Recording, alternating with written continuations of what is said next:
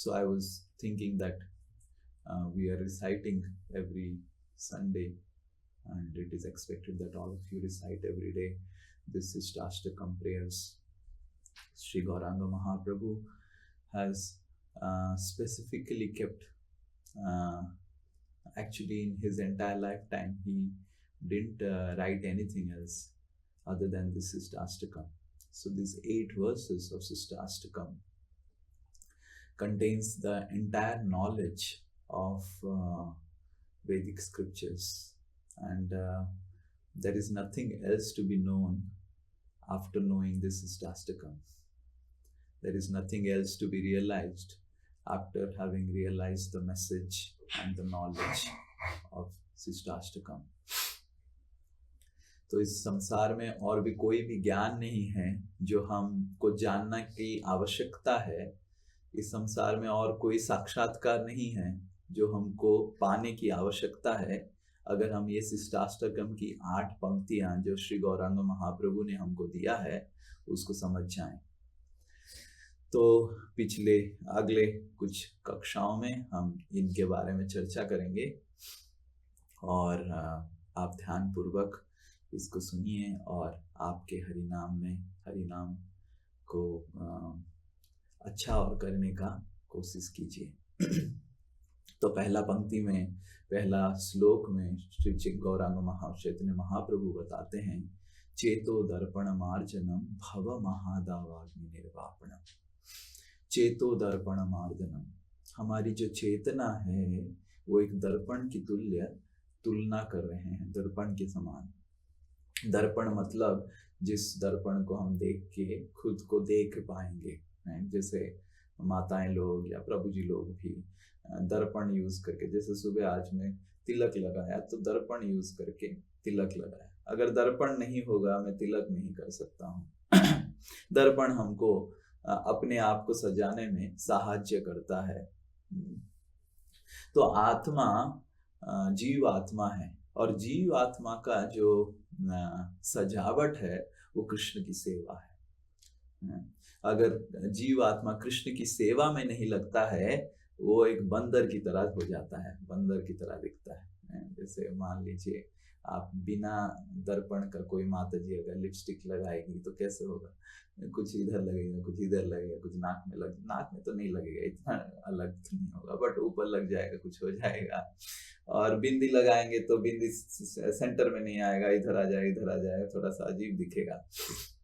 हाँ, तो दर्पण से हम देखने से हमको सुविधा होता है कहाँ पे बिंदी लगाना है, कहाँ पे लिपस्टिक लगाना है, कहाँ पे मस्कारा लगाना है, कहाँ पे काजल लगाना है। तो ये सब दर्पण के द्वारा संभव होता है। तो उसी तरह जीवात्मा जो है, जीवात्मा का एक ही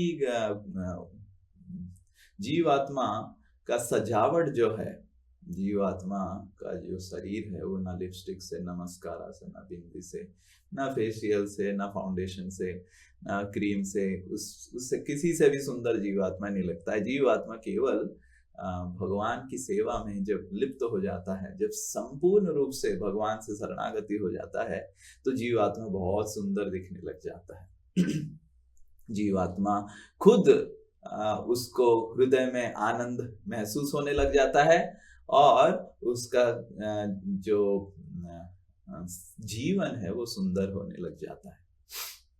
तो श्री गौरांग महाप्रभु बता रहे हैं, चेतो दर्पण मार्जनम। तो वो चेतना का जो दर्पण है, वो चेतना का दर्पण से जिससे हम अपने आप को देख के अपने आप को सजा सकते हैं भगवान की सेवा के लिए, भगवान की सेवा करके, वो दर्पण ही संपूर्ण रूप से कोहरा हो गया है, उसके ऊपर धूल जम गया है। और क्योंकि धूल जम गया है, हम अपने मुख को नहीं देख पा रहे हैं। हम क्या देख रहे हैं? हम देख रहे हैं मैं शरीर हूँ, मैं तो एक पुरुष हूँ, मैं एक स्त्री हूँ, मैं तो एक सन्यासी हूँ, एक ब्रह्मचारी हूँ, एक गृहस्थ हूँ। तो अलग अलग भौतिक उपाधियों से हम अपने मुख को देख रहे हैं, अपने शरीर को देख रहे हैं। सो दर्पण में जब धूल लग जाता है, when there is a dust covered on the mirror, we see a wrong identity of ourselves. We don't see that we are devotees. We don't see that we are spirit souls. We see that we are this body. And हम जो दर्पण में दिखता है, धूल जमा हुआ जो दर्पण में दिखता है, उसी को सजाने में हम कितना समय बर्बाद कर देते हैं।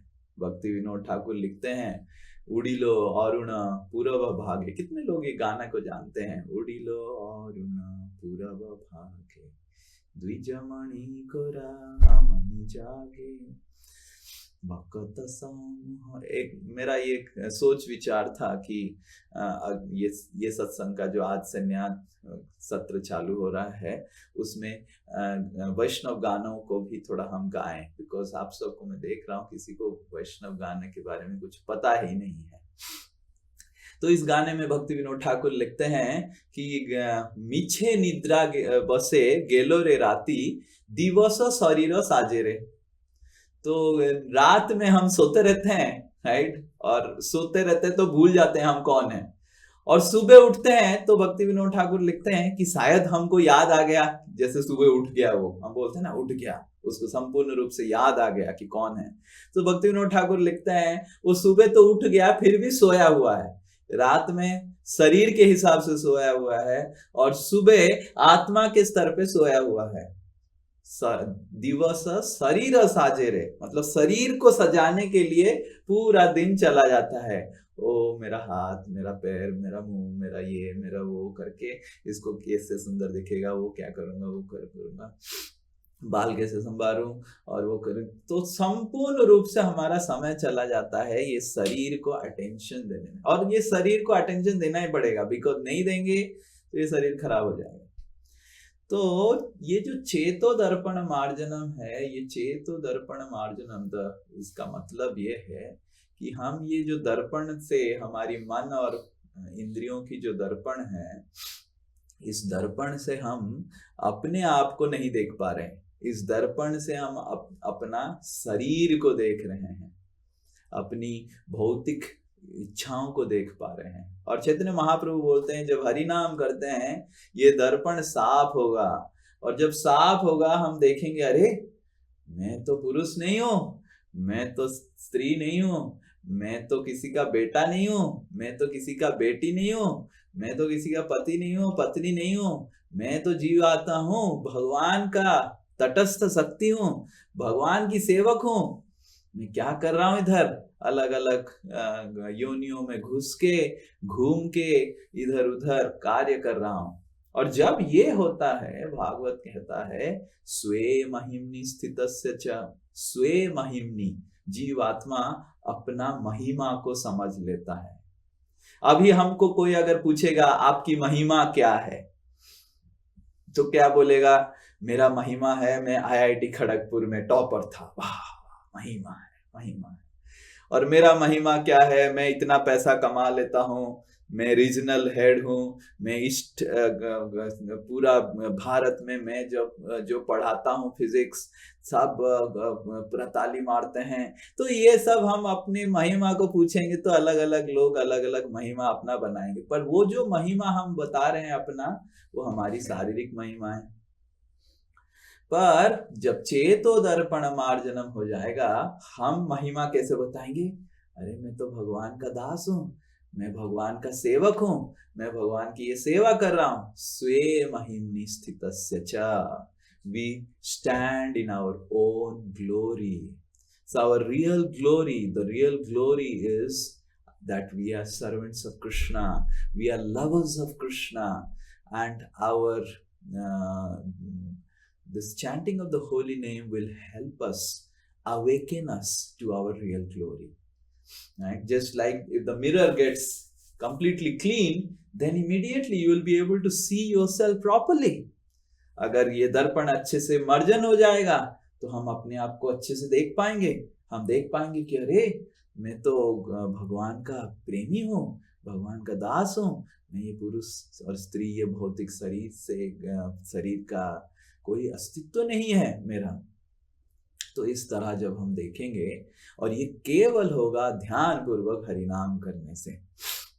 तो इसलिए चैतन्य महाप्रभु अपने शिष्टाष्टकम में पहला चीज जो निवेदन करते हैं सबसे कि जल्दी से आप हरि नाम को अच्छे से लो, जैसे आपकी चेतना शुद्ध हो, चेतना का मार्जन हो, चेतना को घिस घिस के मार्जन हो।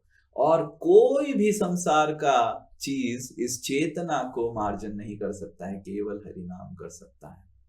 तो इसीलिए हमको प्रार्थना पूर्वक हरि नाम करना चाहिए, क्योंकि हरि नाम जो हमारे लिए सेवा कर रहा है वो कोई नहीं कर सकता है ना? कोई धोबी, कोई लॉन्ड्री, कोई नहीं कर सकता है। आप कितना भी लॉन्ड्री में, ऐसे कोई है कि मन की लॉन्ड्री, ऐसे कोई है? सोचिए कि मन की लॉन्ड्री, उसने मन को दे दिया, वो साफ करके आपको फिर से वापस दे दिया, लगाओ अपने सॉकेट में लगा दो। ऐसा कुछ है? केवल हरि नाम है जो मन की लॉन्ड्री है। और ये भगवान खुद करते हैं। शृण्वताम स्वकथा कृष्णा पुण्य श्रवण कीर्तनात् हृदयन्तस्थो हि अभद्राणि विधुनोति सुहृत्सताम्। सुहृत्सताम्, भगवान हमारे हृदय में है, सुहृत है, हमारे सबसे जहिता दोस्त भगवान हमारे हृदय में बैठे हुए हैं। शृण्वताम स्वकथा, जब भगवान सुनते हैं कि अरे मेरा कथा कोई सुन रहा है, मेरा नाम कोई ले रहा है, ये जीवात्मा बदल कैसे गया, इसका मति कैसे बदल गया, वो मेरा नाम कैसे लेने लग गया। जब ये सुनते हैं तो भगवान झाड़ू निकालते हैं और हमारी हृदय की मार्जनम खुद करते हैं। इस तरह सुत गोस्वामी भागवत में प्रथम स्कंद में वर्णन करते हैं। तो ये भगवान की है कि ये जो हमारी चेतना का मार्जन करने का सेवा है, भगवान खुद उसका बेड़ा उठाए हैं से बांध के और झाड़ू पकड़ के। और कभी कभी भगवान झाड़ू भी मारते हैं और झाड़ू को उल्टा करके आपको थोड़ा डंडा भी मार देते हैं ताकि आप थोड़ा जग जाएं। तो बाहर गुरुदेव आपको डंडा मारते हैं और भगवान आपको ऐसे झाड़ू से साफ करते हैं। ये दोनों जरूरत है ताकि हम सब आगे बढ़ पाए। पर हमको बहुत कृतज्ञ होना चाहिए हरि नाम से, भगवान से, कि ये हरि नाम के वजह से हमारी चेतना शुद्ध हो रहा है धीरे धीरे। श्री हरि नाम प्रभु की जय। श्रील हरिदास ठाकुर की जय। वाञ्छाकल्पतरुभ्यश्च कृपा सिन्धुभ्यैव च पतितानां पावनेभ्यो वैष्णवेभ्यो नमो। अनंत कोटि वैष्णव वृंद की जय। हरे कृष्ण।